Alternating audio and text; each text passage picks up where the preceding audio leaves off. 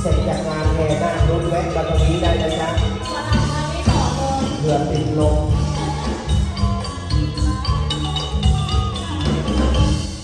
บอ